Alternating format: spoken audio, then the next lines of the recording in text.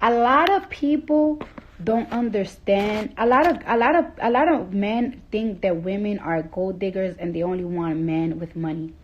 I don't think women want men with money. I don't think women, especially 9 to 5 women, are looking for niggas with millions and shit or rappers. I think they just want men to have stability. Because let me tell you something. Like, you know what? I promote so much. Fuck broke ass niggas, because dating a broke ass nigga is very, very draining. And it's like, it's so draining. And not only is so draining, but these broke ass niggas sometimes be having the audacity. Like these niggas really be having the fucking audacity. That's why it's just like, ain't no point of doing it. Like, it's like, cause I be feeling sometimes like when you date a broke ass motherfucker, like you like, once the relationship finish, you end up not only losing a relationship, but you end up losing a lot of money because you spend a lot of money on that relationship. That's why I be encouraging bitches like, don't date broke niggas and shit. Because I know the dick be good. The dick be so fucking good, but the dick be so trifling. Like, for example, right? Like, let me tell you something. I dated about 3 broke niggas before, right? When I was 19 years old, I was looking for a place to stay, but it was really hard for me to find an apartment because I didn't have no credit. So niggas didn't want to give me an apartment because I didn't have no credit, even though I had money.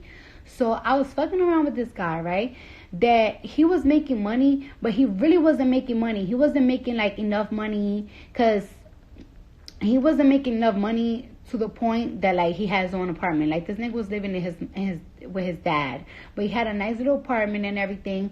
So I was staying with him and I was fucking with him and everything, and the sex was good and everything, but whatever. But my point is that it's like, I don't understand how I'm staying in your house, I'm buying you food, like I'm buying you food every single day you eat. So every single day I'm buying breakfast and I'm buying dinner, and yet you have the audacity, the fucking nerve to go through my purse. Like, and then like, it's so obvious. Like, the fact that this nigga used to go in my purse, like, this is why it's so trifling to date broke niggas. Like, it's like, I don't be trying to promote gold digging, but I just be promoting like, yo, these broke niggas, yo, if you horny one day, you just trying to fuck a nigga, just fuck him and bounce. Like, don't get in a relationship with these niggas, because they just drain your pockets. Like, take it from somebody that experienced that. So anyways, I'm 19 years old, and mind you, this guy is like 28, and this nigga, every single time that I go to work, like, he's taking money out of my pocket. Like, if I'm dumb, like, it's like, let's say if one day I make $1,000, this nigga will dare take $400, and you think I'm not gonna notice that $400 is missing? You're not even taking $30-$40. You taking $400. Like, even days that he knows that I didn't even make money. Like, okay, so there was one night. This was the night that was like, I gotta get the fuck out of here. This night, there was a night that was really slow in the club. I made $300. This nigga had the nerve to take like fucking $80 out of my purse. Like, it's like, bro, you think I didn't notice that you took money out of my fucking purse? I packed it up and I fucking bounced. Cause what the fuck is this? What is this? And then, now let me tell you about the second broke nigga that I dated. Now, I'm 20 years old, and this is when I started working in the hood clubs. So the first hood club that I ever worked at, you know, I know that y'all know that there was this girl that tried to say she was my roommate, and it's so crazy the stories that she made up on how did I went to these clubs. And I'm gonna tell you how exactly I went to these clubs, even though what she said got debunked. But it's just like, it's crazy how people make shit up, but whatever. So let me tell you how I started going to these hood clubs, right? So the first hood club that I ever worked in, because I used to work, you know, in the white hole places in downtown. I'm working this club called Crazy Horse, which is in the Bronx. It's not there anymore. But I went to this club called the Crazy Horse.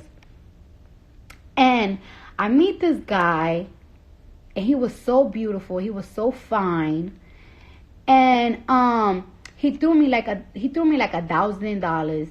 Then he came back to see me again, and he threw like $2,000. And then, like, you know, we hit it up well, and we started dating. All of a sudden, like, he started going broke. Like, he stopped making money.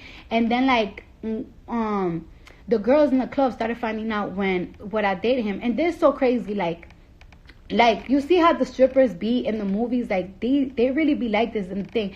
Like, the girls were like, wait a second, you dating who?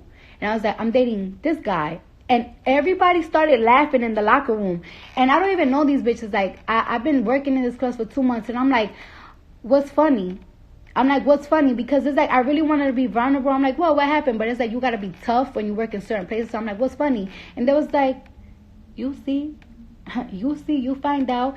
And then what I find out is that, like, he's a guy from the Bronx he had money, but then he blew his money, and he had cars that he owned, but that's because when he had a lot of money, he bought all those cars. So now he just always be getting into situations that he always blows his money because he's a party person.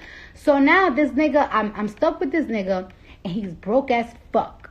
But I still like him because, you know, like, I piped him a couple of times. We're talking. I'm attracted to him. And all of a sudden, you know, like, this guy, he went back to his ex. Now, he was dating this white girl that, you know, she had a little company and everything. She used to be a stripper, and she had a company. And I was just so hurt because I'm 19 years old. Mind you, this man is 31 years old, broke as fuck, 31 years old. I think I got, is that? Oh, no, I thought I had honey on my shit. He's 31 years old, and I'm 19, and I'm dating this guy. And at first, he looked like he had something. And then he, out of nowhere, he stopped. Like, he didn't have no money. He was telling me, like, it's like, oh, my gosh. Like, I just went broke. I did a bad move. And I'm like, and I'm over here like a dumb bitch. Like, I'll help you, babe. He said, you sure you can help me? And I'm like, yeah. And then, all of a sudden, you go back to your ex-girlfriend. And the thing, you go back to your ex-girlfriend because, you know, like, she's like a little white girl. And, you know, like, I feel like some white women, when it comes to, like black and Spanish men, they are very submissive, and she was just very submissive. Like, she was just giving him everything, and I was just so in love with this guy. And it's like, damn, and I kept telling him, like, how can you do that to me? So this nigga was like practically using me and her at the same time. Like, I remember that he was like, let me tell you something, I'm like 20 years old, and I have, like, money, but I don't have that much money. Like, I'm a dancer in New York. I'm paying bills. And I got to maintain my hair, maintain my makeup, constantly buy stripper outfits and all this shit. And it's like, you know, I'm stripping and I'm trying to save money. But it's hard for me to save money because this nigga constantly telling me, like, oh, I got to play for this. I got to play for that.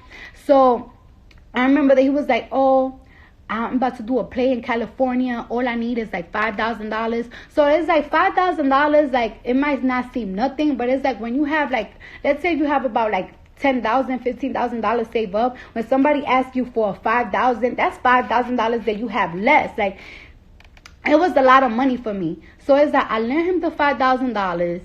And then he goes to California. And then I find out that he was in California with his fucking girlfriend.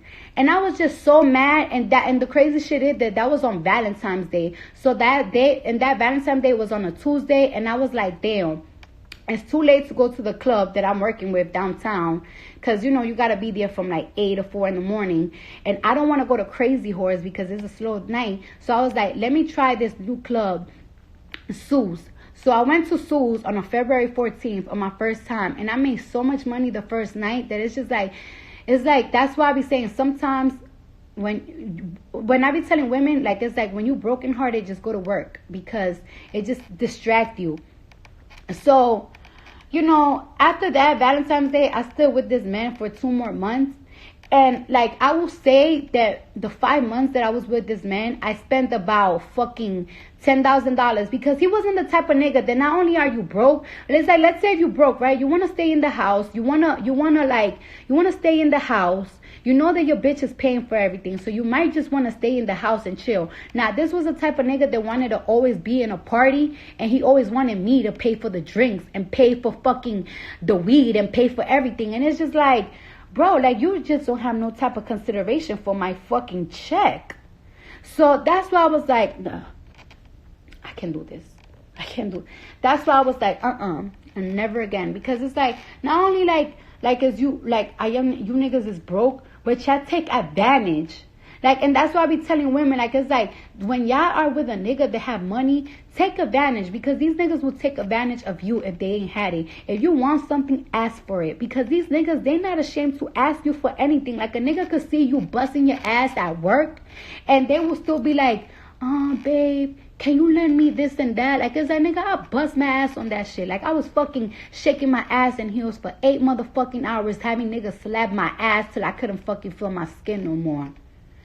That's why it's like, I be promoting, like, and I sometimes with my friends be saying situations, like, it's like, oh, you know, they dating a guy with no bread. Like, it's just like, it's like, I be telling them, you do what you want to do, because sometimes you'll be so romantically in love with the guy that you practically maintaining, that it's like you love him, but it's just like at the same time it's draining. Because oh yeah, let me tell you about the 31-year-old, right? Like, let me tell you about the 31-year-old that I was dating that was broke.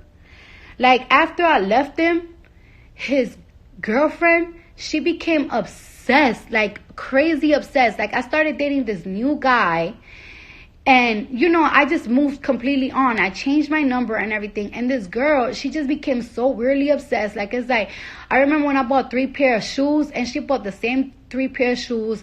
Every purse that I bought, she bought it. She even had the audacity. This is how obsessed she was. Like, I was like, one night, she went to the club that I was working in. And I looked at her, and I'm like, and she's like, hey, I just want to let you know that it's just like, you know, we had such an animosity, and like, I just want to put that behind us and everything. And I'm like, okay, you know what I'm saying? She was a little white girl. I would feel bad beating on her, especially because I had a new nigga.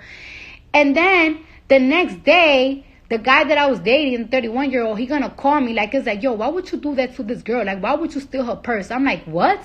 Like, this bitch went to the club so she could go tell this nigga that I stole her purse, trying to make me look like I'm a thief and everything. And I'm like, yo, this bitch is crazy. I had to curse him out, like, both of them out. Like, it's like, yo, y'all niggas really need to leave me alone. I have a new nigga. I have him tatted on me. Please leave me alone. Like, you're really fucking freaking me out now. Like, y'all is freaking me out. Shit, y'all is weird.